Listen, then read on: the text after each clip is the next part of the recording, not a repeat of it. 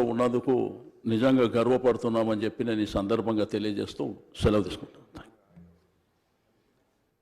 శ్రీ ధనసరి అనసూయ సీతక్క గారు. నమస్కారం sir. Third Telangana legislative assembly స్పీకర్గా మీరు ఎన్నికైనందుకు చాలా సంతోషంగా ఉంది సార్.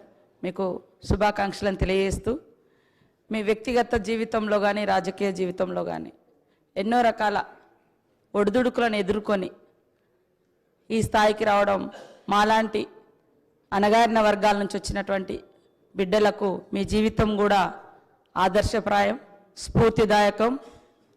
2009లో కూడా నేను ఈ అసెంబ్లీలో ఈ సభలో ఉండడం జరిగింది. గత 5 years నుంచి మేమంతా పక్కపక్కనే ఒకే క్వార్టర్స్లో ఉండి మీరు ఎదుర్కొన్నటువంటి వ్యక్తిగత జీవితంలో మీ సతీమణి గారు కోల్పోవడం ఇట్లాంటివన్నీ కూడా మిమ్మల్ని చూసినప్పుడు మీరెంతో నిబ్బరంగా ఉన్నటువంటి తీరు ఇవన్నీ కూడా చాలా చెలించినటువంటి సందర్భం. ఈరోజు మిమ్మల్ని చూస్తే చాలా గర్వంగా ఉంది. అదే కాకుండా ఒక అణగారిన వర్గాల నుంచి అంచబడ్డ వర్గాల నుంచి వచ్చినటువంటి బిడ్డలు ఎదగాలంటే ఎన్ని కష్టాలు ఉంటాయో తెలిసినటువంటి వ్యక్తులుగా మీ జీవితం మా అందరికి కూడా ఆదర్శప్రాయం. మీరు ఒదుగుతూ ఎదిగిన తీరు దేశానికి ఒక ఆదర్శవంతం. తప్పకుండా మీరు మమ్మల్ని అందరినీ కూడా సమన్వయం చేసుకొని సభ యొక్క ఔన్నత్యాన్ని ముందాతనాన్ని కాపాడతారని భావిస్తూ ధన్యవాదాలు. సెలవు తీసుకుంటాను. శ్రీ వి ప్రశాంత్ రెడ్డి గారు. అధ్యక్ష, మొట్టమొదటిగా తమరు 3వ తెలంగాణ శాసనసభ స్పీకర్గా ఏకగ్రీవంగా ఎన్నికైనందుకు తమరికి శుభాకాంక్షలు తెలియజేస్తున్నాను. అధ్యక్ష, మీ రాజకీయ జీవితం ఎంపీటీసీ నుంచి శాసనసభ్యుడిగా మంత్రిగా పనిచేసిన అనుభవం మీకు ఉన్నది.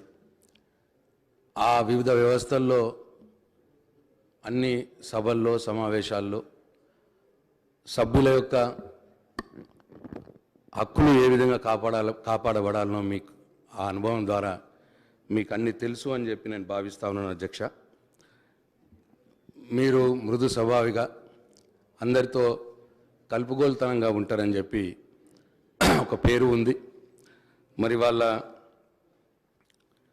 మా శ్రీనివాస్ యాదవ్ గారు అన్నట్టు ఈ రోజు నుంచి మీరు కాంగ్రెస్ పార్టీ వ్యక్తి కాదు అధ్యక్ష. ఈ సభలో మా అందరికీ మీరు తండ్రిలా ఉంటారని మేము భావిస్తూ ఉన్నాం.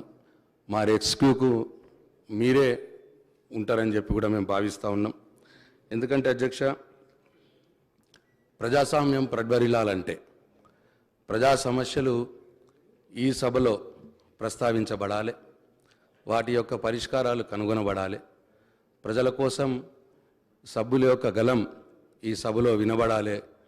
మరి దానికోసం మీరు ప్రత్యేకంగా ఇటువైపున్న ప్రతిపక్ష సభ్యుల యొక్క హక్కుల్ని మీరు కాపాడే విధంగా, మా యొక్క గొంతు వినబడే విధంగా ఈ సభలో మీరు మాకు రెస్క్యూగా ఉండాలని చెప్పి